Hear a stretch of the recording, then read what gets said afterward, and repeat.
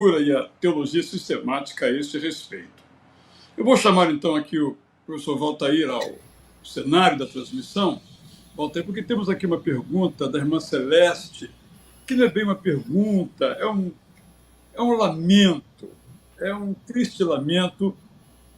Eu aqui envolvido não tinha visto essa notícia e agora, com a fala dela, eu fui ver as minhas fontes. De fato, eu acompanho o cenário da guerra na Ucrânia a partir das fontes dos próprios países.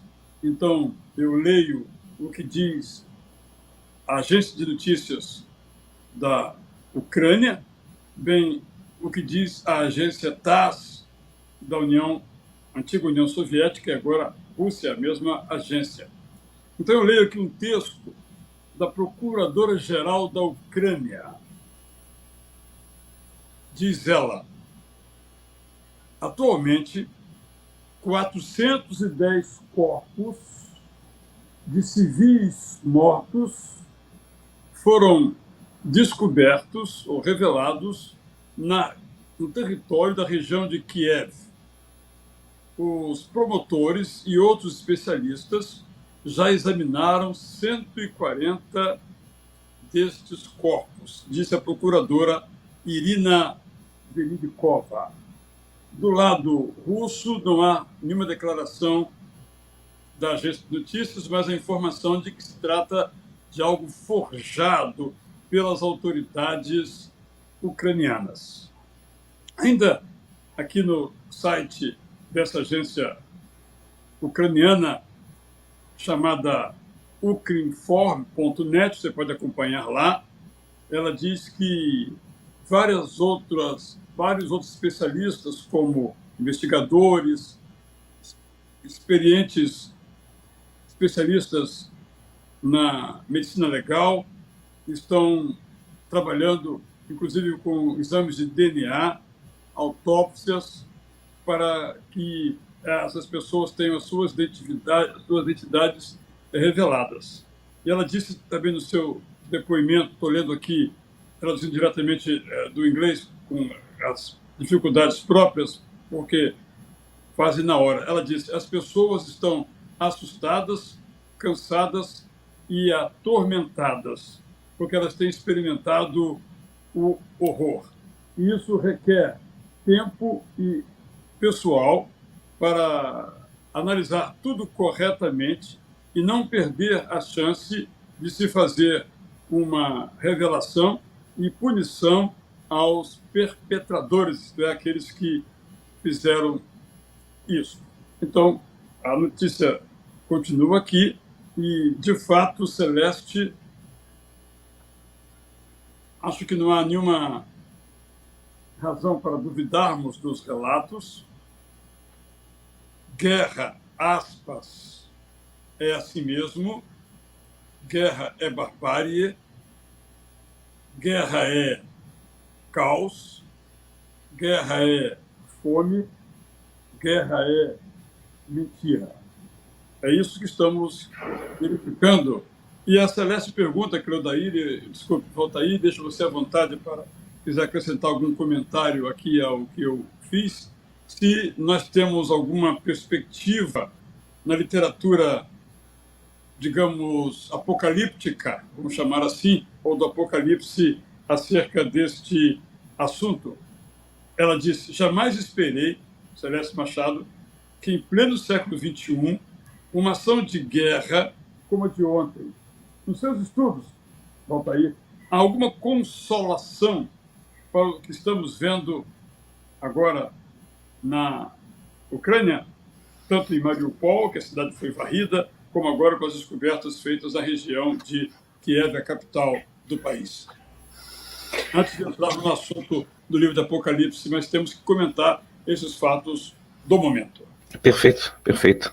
Obrigado, Israel. Obrigado, Celeste, que é parceira e amiga, minha querida irmã Celeste. A sua palavra realmente é dolorosa, ou seja, sua mensagem nos traz dor, porque nos revela que nós não melhoramos nem um tiquinho, Celeste. nem um tiquinho. Se você rebobinasse a fita, se você voltasse, por exemplo, para a metade do século passado, 44, 43, 45, 1944, 45, ou seja, os nossos irmãos daquela época, Celeste, diriam a mesma coisa que você está dizendo agora. Eu nunca imaginaria estar vivo para ver esses milhares de judeus, ciganos, estrangeiros que estão sendo levados para o campo de concentração para serem queimados, assassinados e exterminados e lançados em covas. Eles diriam a mesma coisa, Celeste. Isso há 70 anos atrás. Se nós olhássemos um pouquinho antes, ou seja, cada vez que você rebobina a fita, Celeste, você olhar um pouquinho para trás, você vai encontrar outras situações como esta, Celeste. E aí, nesse sentido, eu fico tentado a dizer algo que eu não gosto de dizer, Israel, que é: a humanidade não está melhorando. A humanidade não se torna melhor. Ela tem um constante antropológico que ela é pecadora, ela deseja o pecado, ela está, nos termos paulinos, em rebelião contra Deus, Celeste. Isto aí é exatamente o que Paulo descreve, rebelião contra Deus. Era assim nos tempos de Paulo, quando ele escrevia. O Paulo mesmo morreu no ano 66, Celeste, possivelmente, porque o imperador Nero decidiu que era preciso colocar a culpa nos cristãos, porque ele tacou fogo na cidade de Roma. E aí milhares de cristãos morreram inocentes, porque o imperador achava melhor culpá-los em vez de assumir o próprio equívoco.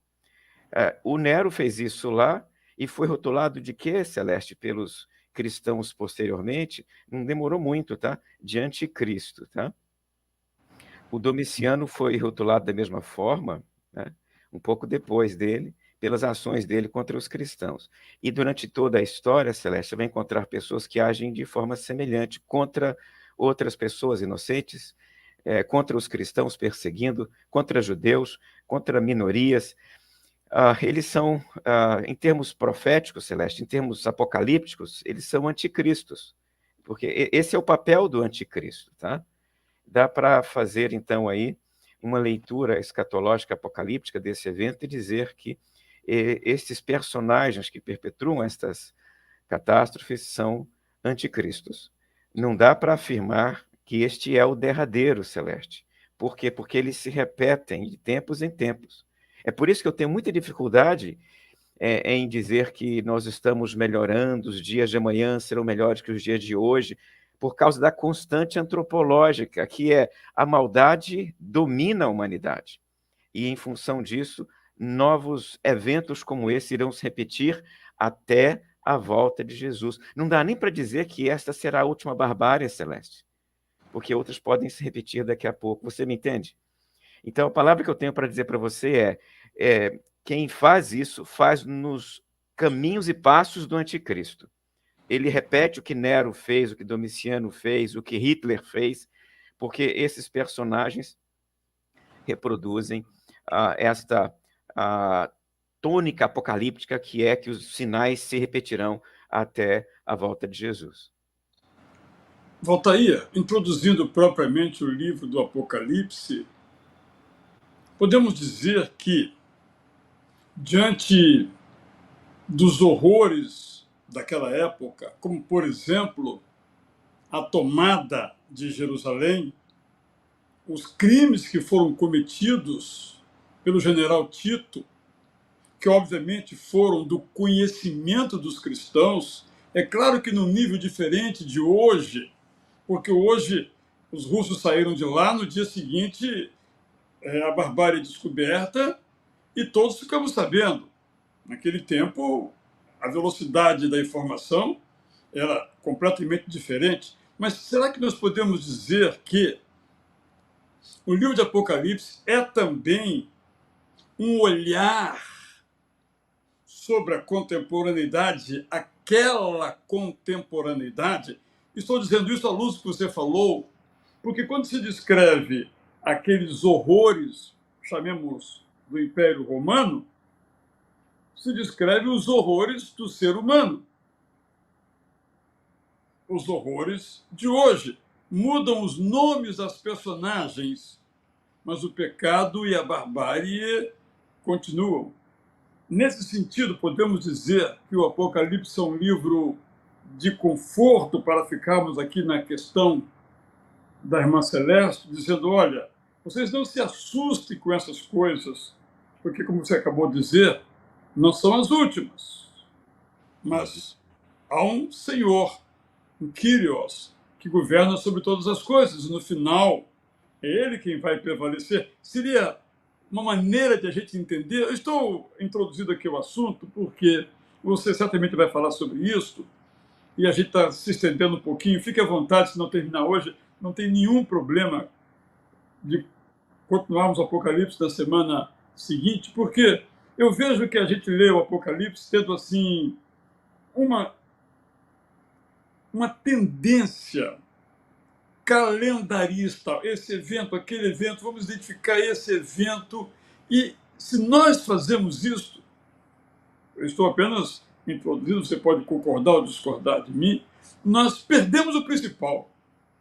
Eu quero dizer que, na minha leitura do Apocalipse, eu considero não só aquelas cartas iniciais, dos capítulos 2 e 3, mas como todo livro, uma carta de conforto.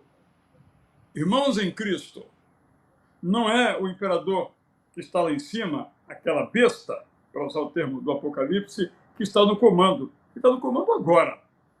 Mas nós estamos sob a égide daquele que tem o comando da história, apesar daquilo que o ser humano faz. Seria uma maneira também de abordarmos este livro, Voltaire.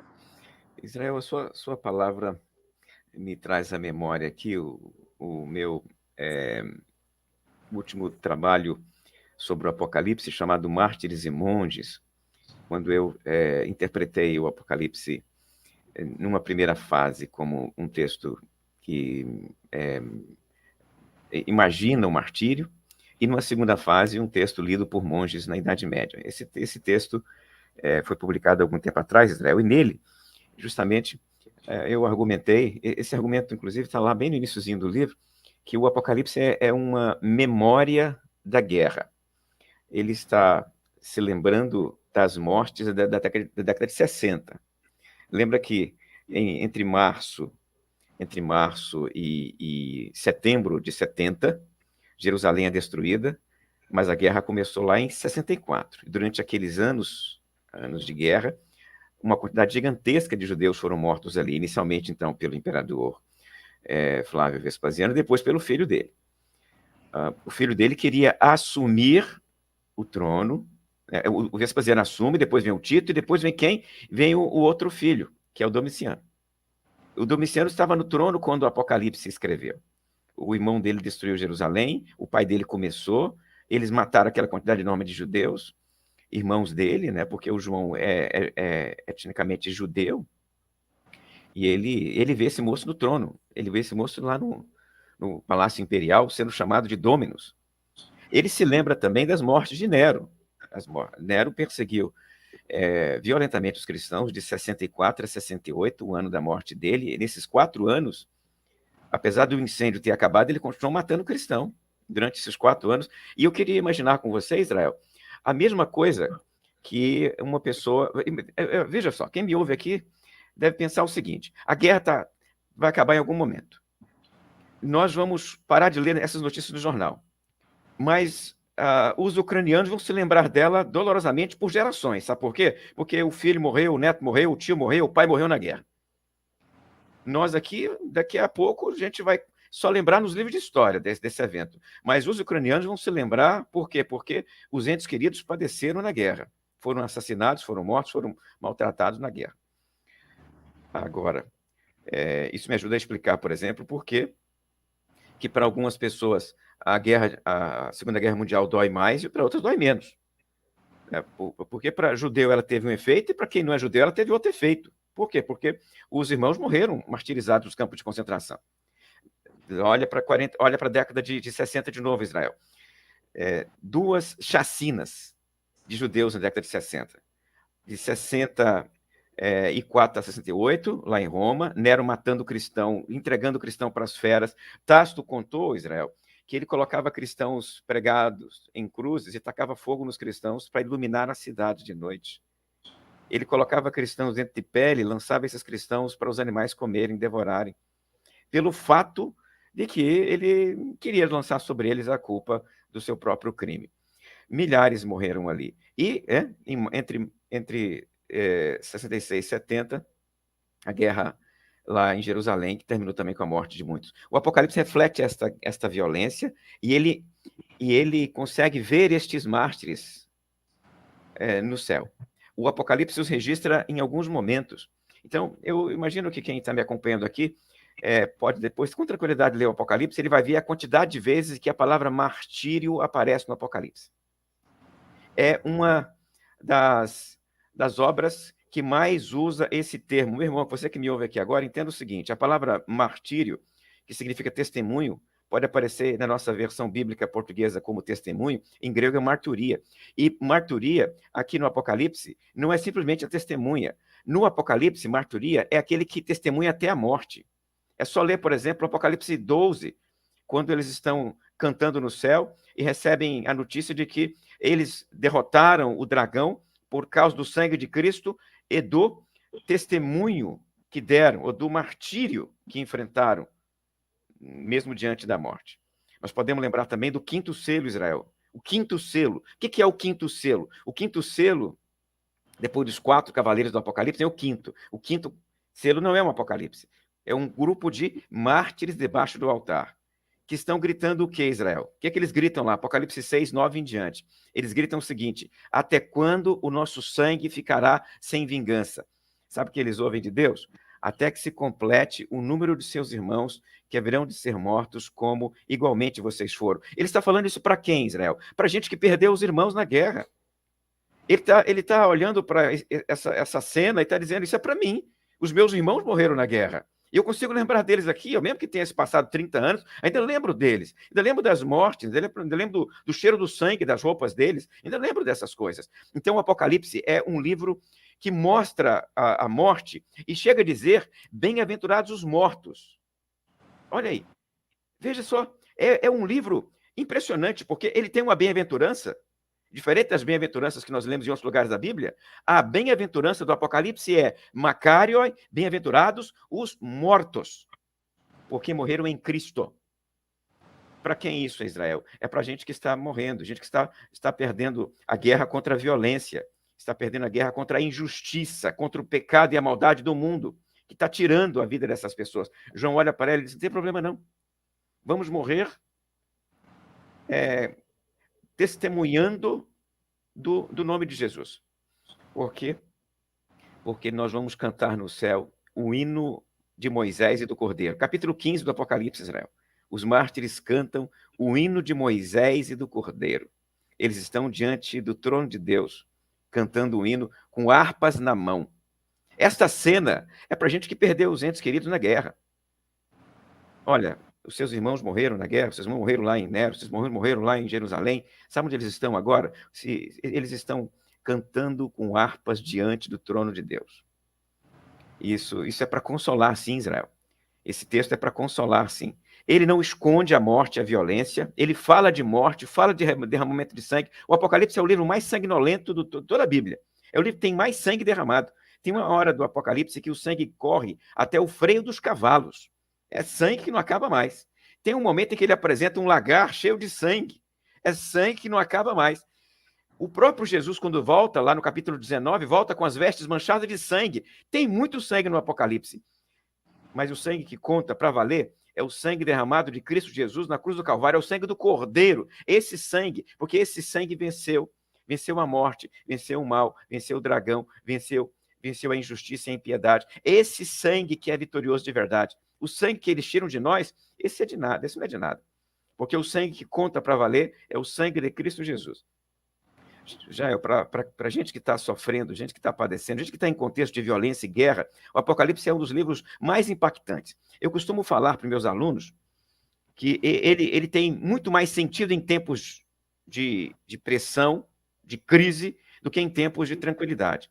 Quando as coisas estão bem, Você está num céu de brigadeiro, problema nenhum, tranquilidade, você tem saúde, tem trabalho, você tem recursos financeiros, tem comida. O Apocalipse, para você, não é um livro tão atrativo. Mas se você está sob dificuldade, pressão, perseguição, violência, o Apocalipse, ele ilumina o quarto onde você o lê. Porque ele mostra para a gente que atrás daquele guarda com a espada na mão, que matou o meu irmão, atrás dele tem o ancião sentado no trono. E este ancião governa apesar de todas as dificuldades, apesar de todas as violências, todas as catástrofes, apesar dessa guerra, apesar dessa violência toda, Israel, Deus está sentado no trono e não perdeu o controle sobre a história. Ele está levando-a a seu termo. A nós compete aguardar aquele grande dia. Sabe, Valtair, isso nos coloca uma questão. Eu quero que você, também, quando você começar a falar, o que eu vou dizer aqui agora, que você já fez uma introdução belíssima, completíssima ao livro de Apocalipse, porque você tratou do objetivo, do propósito do livro e da circunstância que esse propósito acabou se realizando. Mas queria que você comentasse esse livro que você mencionou sobre profetas e monges. Acho que eu não peguei bem o título, como as pessoas podem adquiri-lo. Porque eu quero repercutir uma frase que você disse sobre esta participação do antropos, do homem, em relação ao chamado meio ambiente. Ontem, em função das chuvas torrenciais sobre o nosso estado, um especialista na televisão, na Globo News, falou algo muito interessante. Ele disse o seguinte: as tragédias continuarão e aumentarão em função das mudanças climáticas no mundo. Embora haja discussão a esse respeito, é quase uma afirmativa inequívoca que parte dessas mudanças é provocada pela ação humana. Então ele tratou o segundo aspecto que ele chamou, deu lá uma expressão, mas é mais ou menos essa antropoparticipação, essa participação do ser humano, tanto no poder público que não draga os canais e rios, quanto os civis, a população, que joga lixo, geladeira, papel velho, ferro, parte do automóvel, que depois volta tudo isso contra ele mesmo, só que ele não liga uma coisa com a outra. Eu estou colocando esses termos porque era de se esperar, com tanta informação que nós temos, que nós cuidássemos do meio em que vivemos, cuidássemos da terra, porque não só dela vem a subsistência, como vem a sobrevivência. Mas o ser humano, a despeito de pensarmos diferentemente, como expressão do nosso desejo, chamemos assim, continua, na expressão de Jesus, continua no maligno, continua sob um domínio que nós cremos que é temporário, e o Apocalipse demonstra isto, sob o maligno, em diferentes áreas da vida. Eu peço desculpas para usar uma expressão que vou usar aqui agora. Bem, eu diria que, no meu ponto de vista, eu acho que nem vou usar, mas porque seria muito chulo. Mas uma pessoa que tem milhões de seguidores e que agora foi eleita no sistema de comunicação aí como a primeira do mundo, disse que ninguém deve sair de casa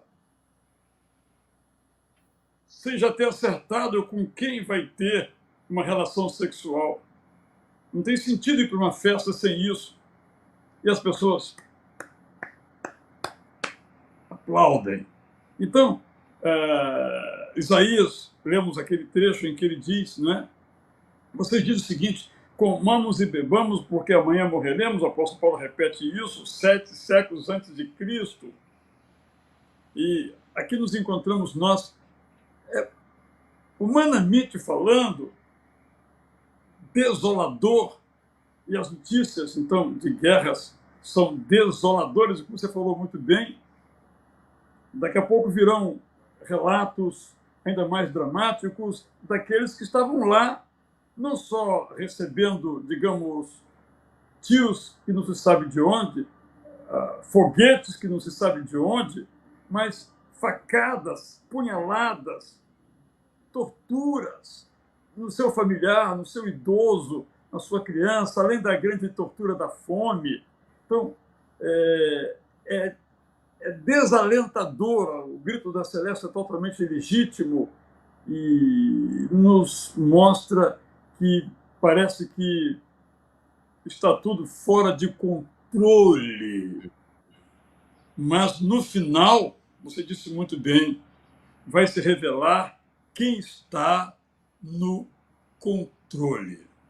Esse é um aspecto.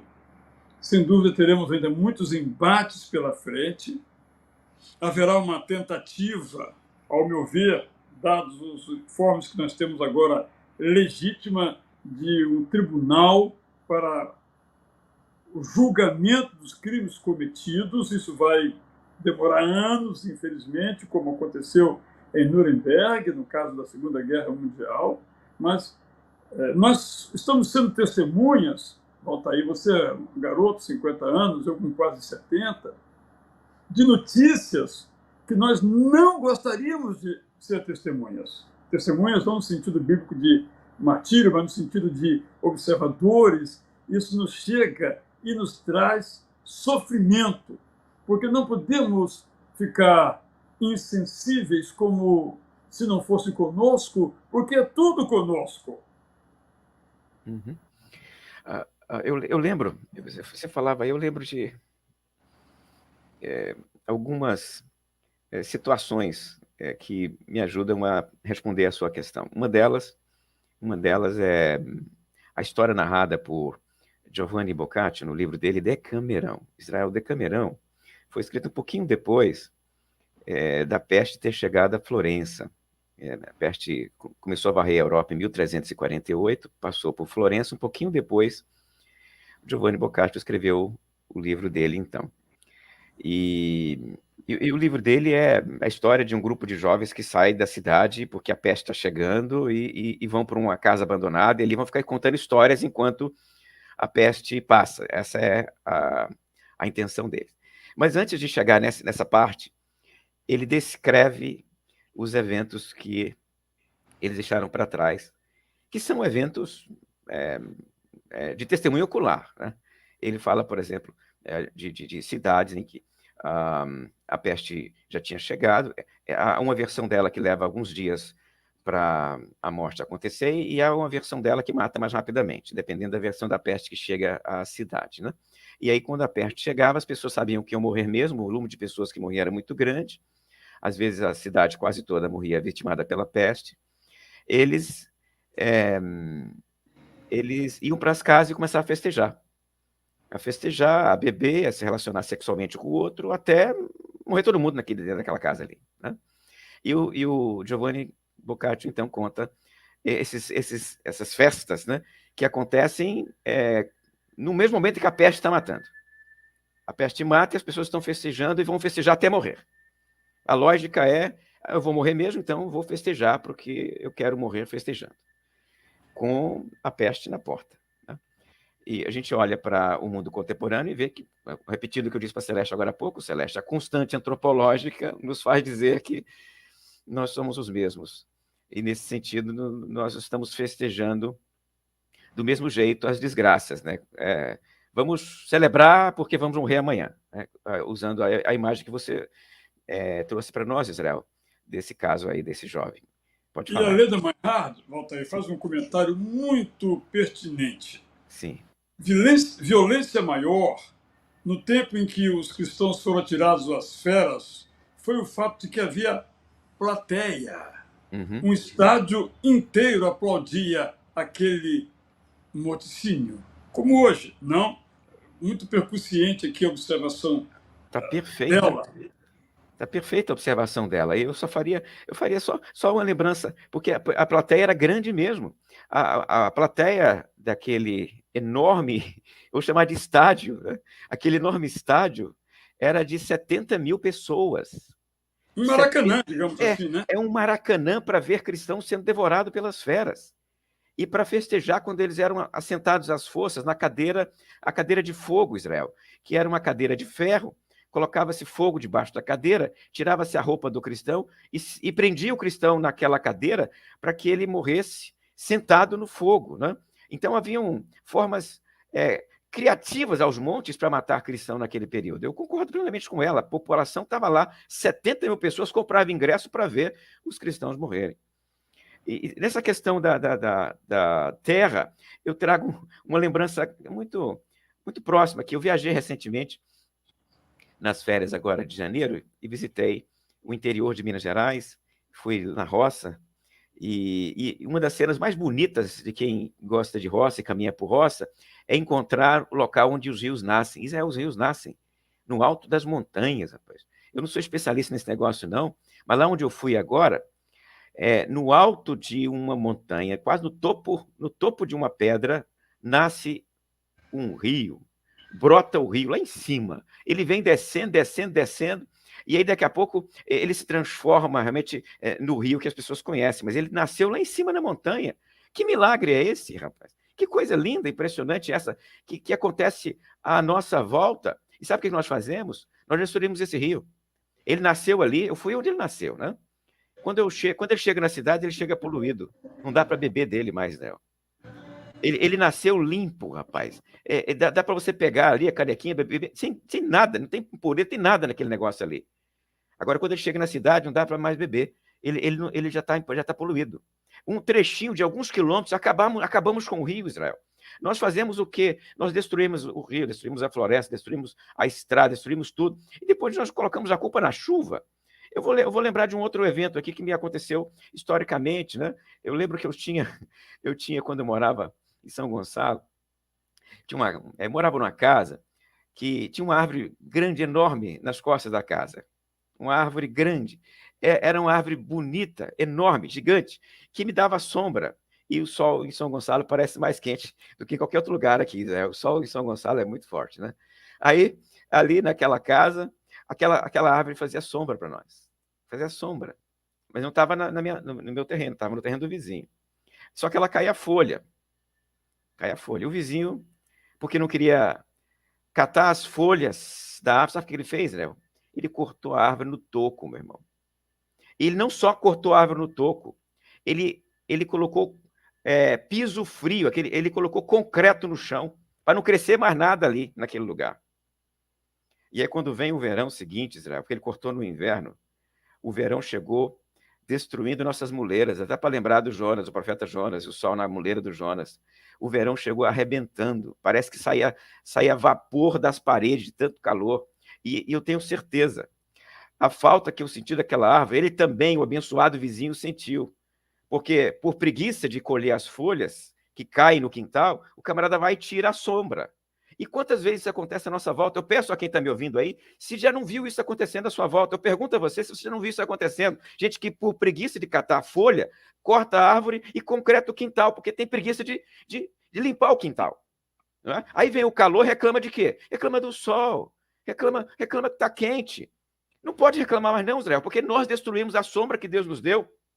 Nós destruímos a água que Deus nos deu. A gente vai reclamar do quê? Então, nesse caso aqui, eu só posso concordar que estas coisas não tendem a melhorar. Eu sinto dizer isso. Eu repito que eu vou dizer isso. Eu disse isso uma vez num evento, e um colega pastor veio reclamar comigo. Não, mas você é pastor, não pode dizer que as coisas vão piorar. Você tem que dar uma outra palavra para as pessoas. Diga para ela que amanhã vai ser melhor. Eu olhei para ele e disse, meu irmão, eu não consigo dizer isso.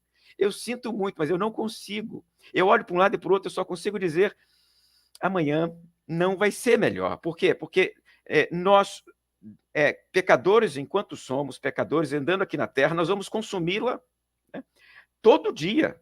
Nós vamos destruí-la todo dia. Então, o dia de amanhã não vai ser melhor. Vai ser pior do que hoje. A Apocalíptica diz isso, né?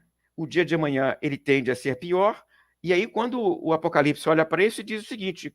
Ok, está perto da volta de nosso Senhor Jesus Cristo. É isso que eu consigo ver para os dias de amanhã.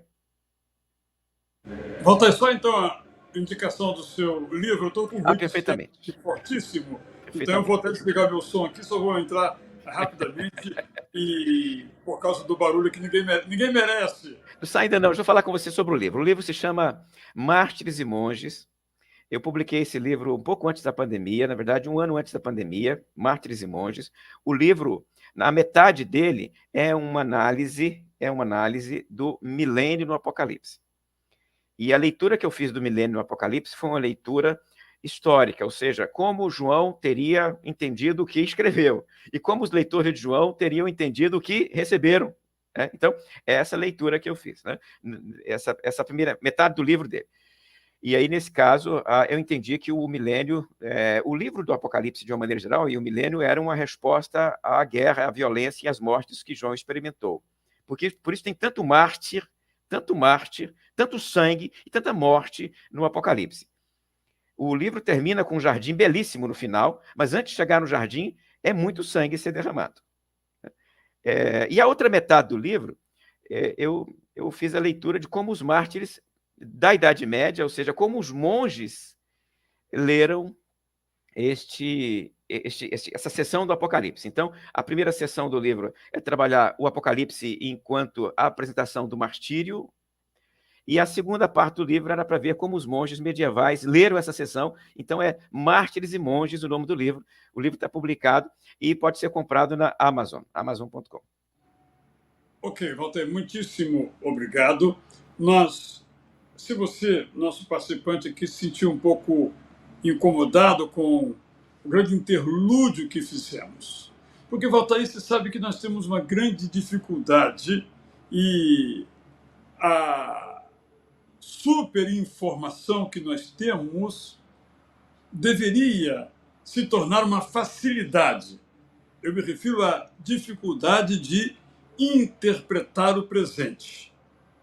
Mas nós tomamos decisões no presente, com base nas informações que nós temos. Repito que, infelizmente, hoje você tem a verdade e a mentira com o mesmo potencial. E você tem que tomar uma decisão o que é verdade e o que é mentira. Por isso, eu, como sou jornalista, eu primo por tentar buscar as informações. É por isso, como eu mencionei agora, que eu me informo sobre a guerra contra a Ucrânia, o ataque à Ucrânia.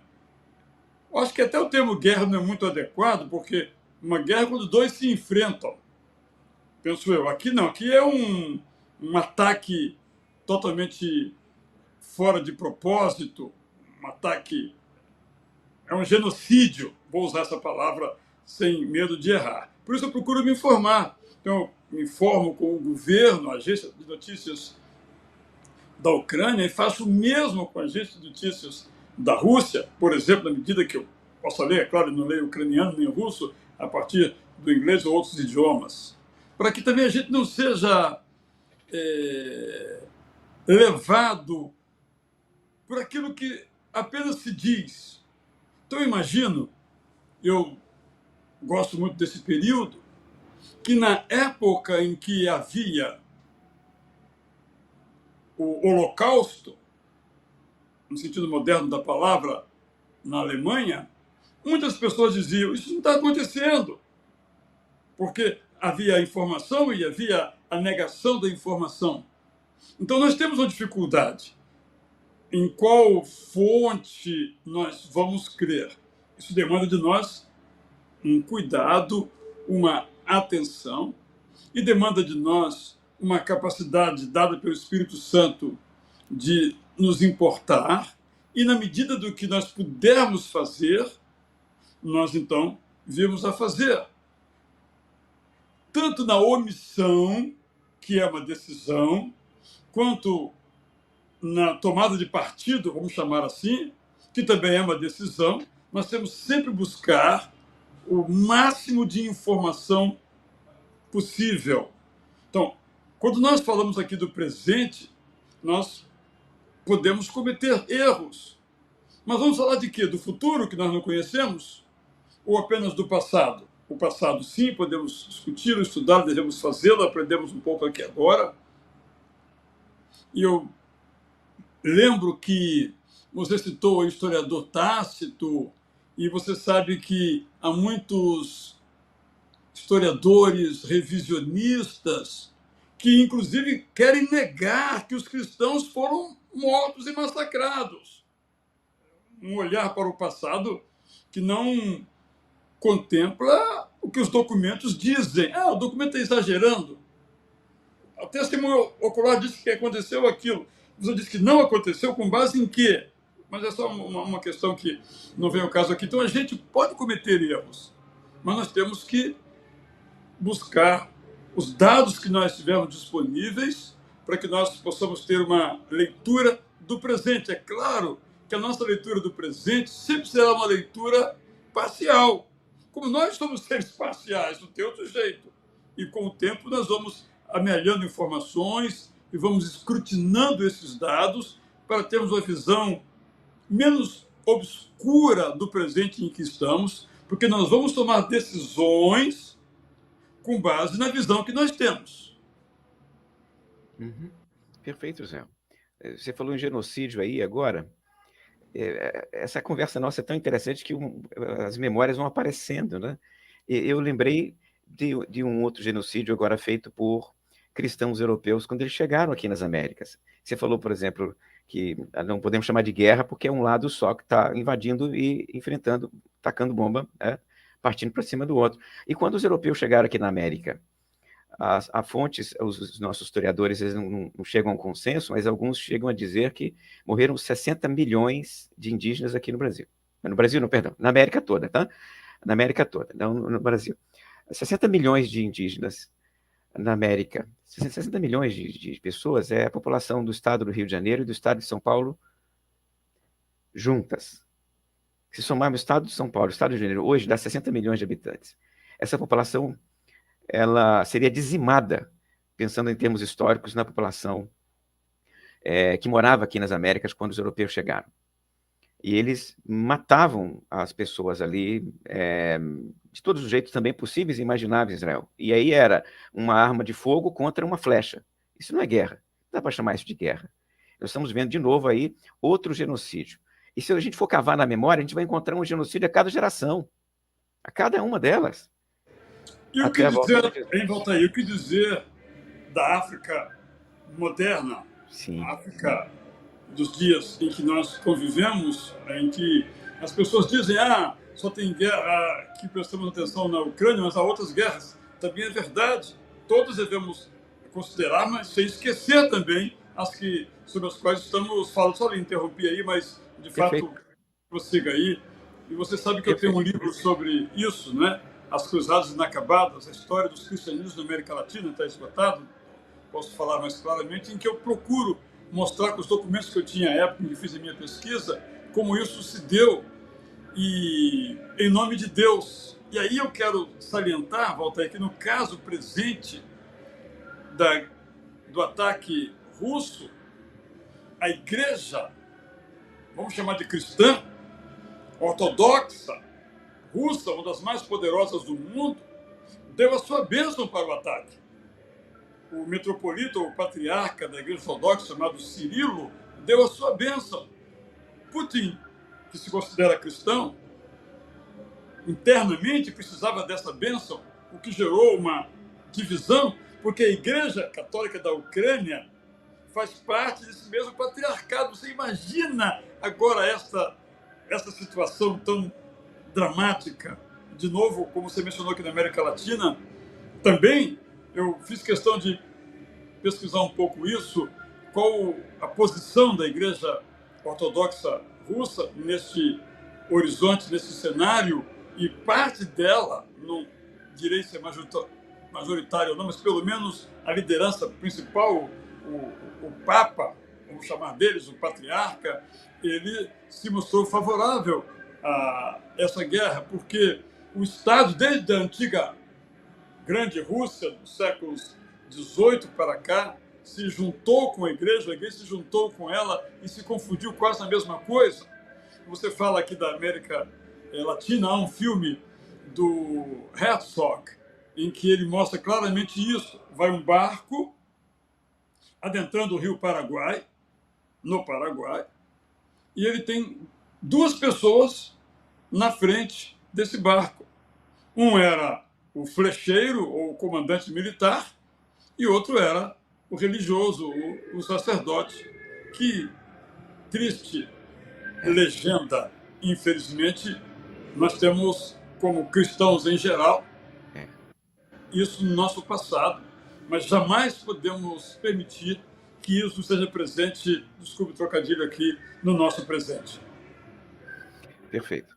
Deixa-me então agora fazer uma introdução, apresentar o nosso tema, a gente continua semana que vem? Ou a gente... Você tem 10 minutos só, tá aí.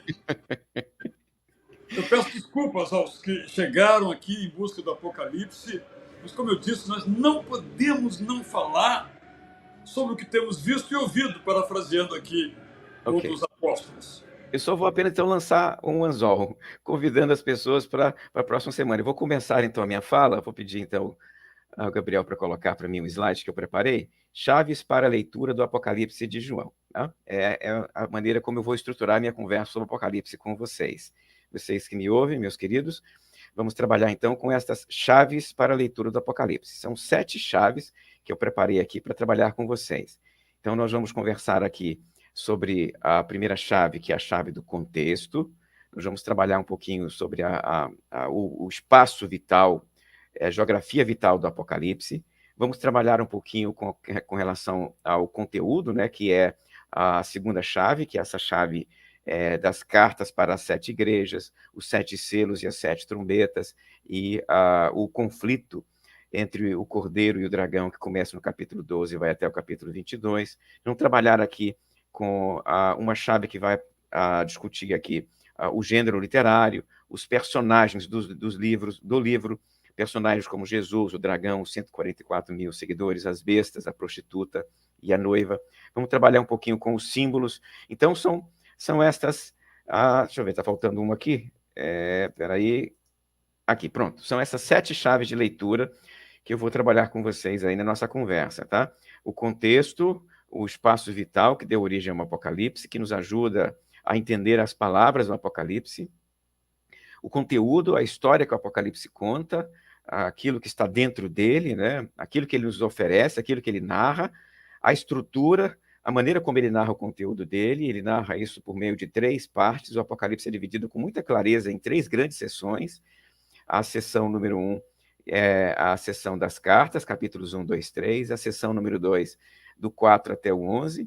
E a sessão número 3, que vai do 12 até o capítulo 22. O gênero literário, que vai discutir aí, nós vamos discutir aí a questão do gênero Apocalipse. Apocalipse é um gênero, então há uma forma de escrever Apocalipse, há um jeito de escrever, há uma maneira de se falar, e esta maneira é a maneira do Apocalipse de João no Novo Testamento e de Daniel no Antigo Testamento. Os personagens do livro, né, os grandes personagens, o Cordeiro, a mulher, o dragão, os 144 mil, a igreja, a noiva, são as figuras que aparecem no livro que se destacam. A gente precisa pensar um pouquinho sobre esses personagens, o que eles fazem no livro. Por quê? Porque o ancião sobre o trono branco, que aparece no capítulo 4 e volta a aparecer lá no 19, ele está controlando e reinando, é verdade, mas quem age no livro inteiro é o Cordeiro. O Cordeiro é o motor do livro do Apocalipse de João, a revelação, então é a revelação do Cordeiro, a revelação de Jesus. Os símbolos que o livro usa, o livro não conta uma história de forma direta, ele usa símbolos para contar, então nós temos que interpretar os símbolos, porque símbolo é um elemento da nossa realidade usado para descrever fenômenos de uma outra realidade. Então nós temos que entender cada símbolo, ou pelo menos de uma forma geral os símbolos, porque se nós não entendemos os símbolos, a gente pode cometer grandes equívocos, como por exemplo, símbolos famosos, como os 4 cavaleiros do Apocalipse, o 666, as 2 bestas, o número 144 mil, são símbolos no livro que precisam ser interpretados, precisam ser compreendidos, porque caso contrário a gente não vai entender a história que o Apocalipse conta para a gente. E por fim, os livros de leitura, que é uma reflexão sobre como ler o Apocalipse, a hermenêutica do Apocalipse. Nós precisamos ter aí pelo menos uma ideia geral de como acessar esse livro, para que ele faça sentido para nós, entendendo que há outras formas de acessar as mesmas passagens bíblicas. Então, nós temos que ter discernimento da forma como nós acessamos e da forma como outras pessoas acessam, para evitar o quê? Evitar a polêmica, evitar o conflito, evitar a confusão. Nenhum livro da Bíblia deveria provocar confusão. Mas se tem um livro que provoca confusão, é o Apocalipse de João. E provoca por quê? Porque as pessoas divergem na forma de ler o livro. Então, se a gente tiver um discernimento sobre isso, como eu leio, como o outro lê, a gente vai parar de brigar, porque devemos entender que há mais de uma forma legítima de ler o livro. Não estou dizendo que todas as formas de ler o livro são legítimas, porque algumas realmente são muito complicadas e geram fenômenos como, por exemplo, este que o Israel acabou de falar, que é o calendarismo, tentando achar no livro as datas de cada evento dele, né? Então, se a leitura do Apocalipse gera isso, essa leitura está provocando confusão, está provocando dano à igreja, então essa leitura eu devo negá-la. Mas há outras leituras, mesmo que não batem com a minha, que também são legítimas, então nós temos que ter, então, uma visão sobre isso, para a gente parar de brigar quanto ao Apocalipse de João. Então, Israel, eu fiz assim um grande panorama sobre a minha conversa sobre o Apocalipse de João, e vou fazer essa conversa na semana que vem, nesses 7 tópicos aí. Mas eu duvido que você consiga terminar. Tanto é que o Rubens Daminelli diz que vamos ter que chamar o VAR para lhe dar mais tempo aí para você falar dos assuntos. Eu, só em respeito às pessoas, Valtair, eu quero só ler aqui os comentários que foram sendo apresentados aqui. O Alexandre da Silva Lopes diz: paz só quando vier o justo que domine no temor de Deus. A Maria Gláucia Magalhães concorda com o professor Valtair: a humanidade caminha para o ápice da maldade. Ela cita um texto bíblico e outros também fazem o mesmo. E temos aqui outros comentários. A Celeste diz que os mártires davam seu sangue. Nós, cristãos de hoje, damos nossas lágrimas pelo amor a Jesus. Outros comentários eu já li. Sobre o meio ambiente, a Margarete Borges diz que deveríamos ser bons mordomos, mas nos tornamos destruidores. A Glaucia Magalhães diz que na rua aqui perto de minha casa, uma árvore foi concretada na sua base e o tronco cortado no topo, mas ele insistiu e brotou no meio do tronco. Isso aí, temos essa realidade. A Marília Lira diz que parece que falta educação devida com relação à educação ambiental, inclusive por parte das comunidades cristãs. Muitos livros não consideram importante abordar esse tema de cuidado com o sustento. Daniel Tinoco diz que concorda com o senhor, pastor Valtair, mas quando expresso meu pensamento, alguns me chamam de pessimista e cristão de pouca fé. A Mônica Benarros, quanto ao Apocalipse, realmente é tanto sangue e guerra que dá medo e angústia. Se fosse dos filmes de Hollywood, ok. Por isso a importância, ela está destacando a importância de discutirmos aqui este assunto. O Alexandre pergunta se você ler o Apocalipse na perspectiva preterista. Bom, isso veremos proximamente, Alexandre. A Mônica lamenta que só recentemente tem havido essa preocupação com o meio ambiente. A Esperança menciona que a moeda única e digital como uma demonstração desse final dos tempos. E outros comentários aqui, não consigo ler todos. A Zizi Guimarães diz: olha, toda a programação é muito boa, mas o tempo do pastor e doutor Valtair está muito pouco. Nunca me canso de ouvir essa aula tão importante, mas a culpa não é dela, a culpa da nossa programação. Dizia, a culpa é do relógio, né? Eu tenho que sair voando aqui para o próximo culto. E a Celeste termina: olha, apesar de ser o culto do conhecimento, hoje tivemos um culto de evangelismo também. Gente, muito obrigado. Nós desviamos um pouquinho do tema, mas introduzimos bem para lermos o Apocalipse numa perspectiva, vamos dizer, que nos ajude a entender também o tempo em que vivemos. Eu vou então orar e vou pedir a Deus para que nos dê a capacidade de sentir com, e vou pedir para aquelas famílias que na Ucrânia estão agora desenterrando seus mortos. Não dá para a gente imaginar. Senhor, eu quero te agradecer por esse tempo aqui, esse tempo comunitário de reflexão, conduzido pelo professor Valtair. Quero te agradecer pela participação de cada um aqui conosco nesta hora. E como todos aqui, horrorizado com o drama dos irmãos ucranianos, quero te rogar por aquelas que nesta hora, amanhã, ontem, estão convivendo com a realidade da morte, seja da fome, seja da orfandade, seja da calamidade de qualquer tipo, para que possam encontrar algum alento e que o Espírito Santo possa ser o confortador daqueles que perderam familiares e as suas coisas e as suas casas. Senhor, esse é o mundo que nós temos fabricado, mas não é o mundo que o Senhor quer que nós fabriquemos.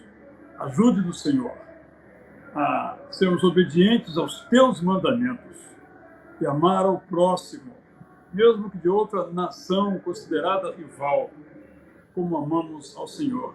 Ajuda-nos, Senhor, nós te rogamos em nome de Jesus.